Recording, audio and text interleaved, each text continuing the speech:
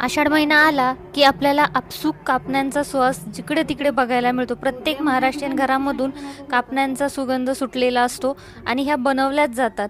चला तर मग आपण रेसिपीला सुरुवात करायची। एकदा खमंग अशा खुसखुशीत गुळाच्या कापण्या कशा करायच्या आहेत त्या। नमस्कार, स्वागत आहे आपलं संगीता सुमी किचन मध्ये। आजची आपली रेसिपी आहे ती आषाढ स्पेशल आहे। आषाढ आला की प्रत्येक घरोघरी गुळाच्या कापण्या, धपाटे किंवा थालीपीठ, कांदा भजी हे जे तळणारे पदार्थ आहेत ते जास्त प्रमाणात केले जातात। आणखी त्यातील गुळाच्या कापण्या ह्या हमखास महाराष्ट्रीयन घरांमध्ये हमखास आषाढ महिन्यात ह्या केल्या जातात। काही जण वारीच्या नंतर काहींच्या घरी केल्या जातात। असं काहींच्या घरी प्रथा असते की पहिल्या सुरुवातीपासून तसं बनवत आलेलं असतात, त्यामुळे ती तशी बनवतात। आता आमच्या घरचं बोललं तर कापण्या बनवायचं किंवा तळणं पोळणं करायचं तर आषाढ महिन्यात शेतातील कामं ही शेतकऱ्यांची खूप कमी प्रमाणात असतात, कारण त्यावेळेस त्यांना थोडासा विसावा असतो शेतीच्या कामातून। तर वेळ असल्यामुळे त्यावेळेस हे जास्त तळणं पोळणं पूर्ण महिना हा चाललेला असतो। त्यातील गुळाच्या कापण्या ह्या सगळ्यांच्या आवडीच्या असतात आणि गुळाच्या कापण्या जोपर्यंत होत नाही तोपर्यंत आषाढ महिना हा संपला जात नाही असं समजलं जातं। तर आजची आपली रेसिपी आहे, या मागील कारण काय आहे, का करतात ते मला पण माहिती नाहीये, परंतु आमच्याकडे तर आजी करायची, आई करायची आणि आता मीही तसंच करते आषाढ महिन्यामध्ये। त्यामुळे ही प्रथा अशीच पुढेही चालू राहील। तर आपण पारंपरिक पद्धतीने आई आजी कशा करायच्या गुळाच्या कापण्या आणि त्यांच्या एकदम मस्त अशा खुसखुशीत व्हायच्यात आणि झटपट तयार व्हायच्यात। त्यामुळे आज जी त्यांच्याकडून मी शिकलेली रेसिपी आहे तीच तुम्हाला इथं बनवून दाखवणार आहे। अजिबात ह्या कापण्या कडक बनल्या जात नाहीत आणि एकदम अशा सॉफ्ट आणि खुसखुशीत लागतात। चला तर मग आपण रेसिपीला सुरुवात करूया का। इथे आता आपण गव्हाचं पीठ घेतलेलं आहे आणि ही वाटीने मी सगळी मापं घेतलेली आहेत। आता इथं गूळ घेतलेला आहे 1 वाटी आणि त्यानंतर वेलची पावडर घेतलेली आहे, एक 4-5 चम्मच तेल घेतलेलं आहे, या चम्मचनी घेतलेला आहे 4 चम्मच आणि चवीनुसार आपण जसं लागल तसं पांढरी खसखस घेतलेली आहे। आता पीठ घेताना मी त्यामध्ये गव्हाचं पीठ घेतलं, त्याचबरोबर पाव वाटी त्यामध्ये बेसन पीठ ॲड करून घेतलेलं आहे आधीच चाळण्यासाठी, त्यामुळे मी ते आता तिथे दाखवलेलं नाही। आणि त्यानंतर आता आपण जो गूळ किसून घेतलेला आहे त्यासाठी तो गूळ एका टोपामध्ये घालायचा आहे आणि त्याचे पाऊण वाटी पाणी घालायचं आहे त्यामध्ये आणि ते थोडंसं गरम करून घ्यायचं, म्हणजे फक्त गूळ विरघळेपर्यंत आपण ते गरम करून घेणार आहे। उकळी यायची आवश्यकता नाही आहे त्याला, फक्त गूळ विरघळून घेणं एवढंच महत्त्वाचं आहे। आता इथे बघा गुळाचं पाणी आपलं गरम झालेलं आहे, म्हणजे गूळ विरघळलेला आहे। आता मी असंच हे थंड करत ठेवणार आहे आणि त्यानंतर आपण काय करायचं आहे, एका भांड्यामध्ये ते गाळणीने गाळून घ्यायचे, म्हणजे त्याच्यातील घाण असेल ती बाजूला राहील। आणि आता आपण मोहनची तयारी करूया। मोहन टाकण्यासाठी मी आता इथे एक छोटं भांडं ठेवलेलं आहे आणि त्यामध्ये ते 4 चम्मच टेबलस्पून तेल घेतलं होतं, की तुम्ही इथं अवेलेबल असेल तर तुपाचा वापरही करू शकता, त्यानेही खूप छान होतात आपल्या कापण्या। आता इथं मी तेल वापरलेलं आहे, हे तेल कडकडीत गरम करून घ्यायचं आहे आणि कडकडीत गरम झाल्यानंतर मग आपण इथं आपण जे गव्हाचं पीठ घेतलेले 2.5 कप त्यामध्ये पाव वाटी आपण बेसन पीठ घातलेलं आहे, तर ते आपण एका परातीमध्ये घेतलेले। चवीनुसार मीठ ॲड करायचं आहे त्यामध्ये आणि त्यानंतर मग आपण जे मोहन घेतलेलं आहे ते त्यावरती कडकडीत मोहन असं घालून घ्यायचं आहे। पिठावरती आता मोहन घालून घेतलेले आहे। आता सुरुवातीला ते गरम असतं त्यामुळे थोडं चम्मचने हलवून घ्यायचं आणि थोडंसं थंड झालं की मग त्यामध्ये आपल्या हाताला सोसल, त्याने मग हाताने चांगलं ते मिक्स करून घ्यायचं, जेणेकरून ते मोहन सगळ्या पिठाला चांगल्या प्रकारे लागलं जाईल। अशा प्रकारचे गोळे थोडे तयार झाले पाहिजेत। त्यानंतर आपलं गुळाचं पाणी झालेलं आहे ते थंड झालेलं आहे। आता मी ते एका बाउलमध्ये गाळून घेणार आहे, त्यामुळे काय होतं त्याच्यातील जी घाण असते गुळामधली, खडा असतो किंवा जे काही हे असेल तर ते गाळणीने गाळलं जाईल आणि ती घाण बाजूला होईल। बघा अजून थोडंसं गरम आहे, आता मी तसं परतही थंड करत ठेवणार आहे आणि पूर्ण थंड झाल्यानंतरच आपण त्यामध्ये पीठ भिजवून घ्यायचं आहे। आता आपलं जे पाणी आहे गुळाचं ते थंड झालेलं आहे आणि आता हे पीठ घेतलेलं आहे, या पिठामध्ये आता आपण हे पाणी मिक्स करून थोडं थोडं घालून मळून घ्यायचे।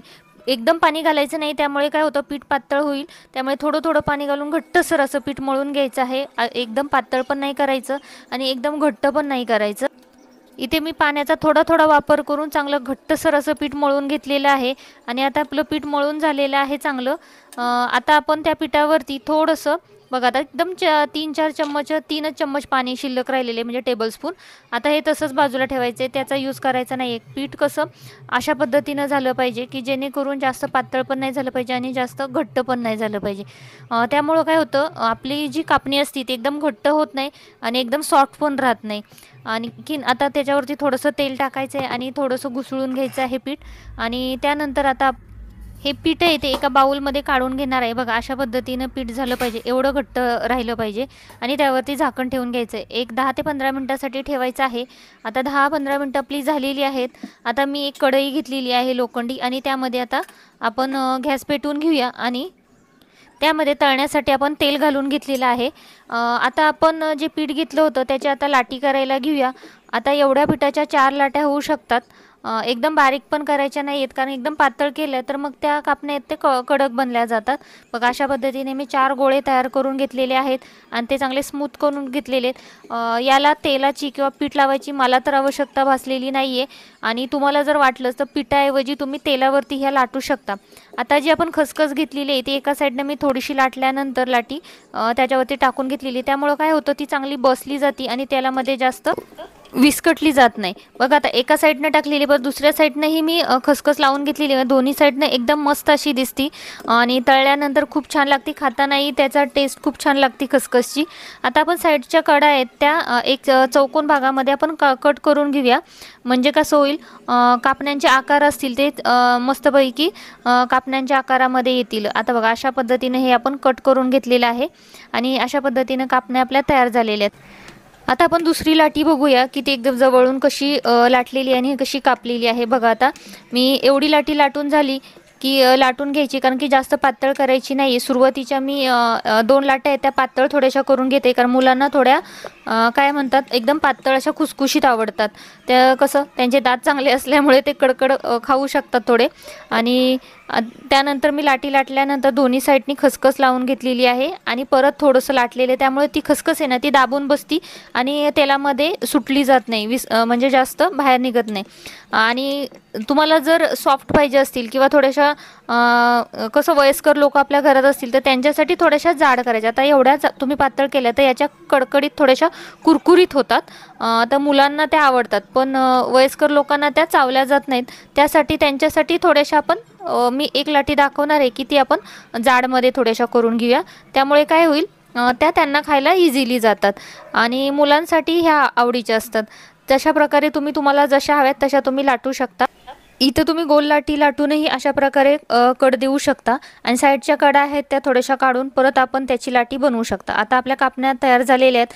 अजून ज्या जाड बनवायच्या आहेत त्या मी बाकी ठेवलेल्या आहेत, त्याची एक लाटी मी लाटून दाखवणार आहे.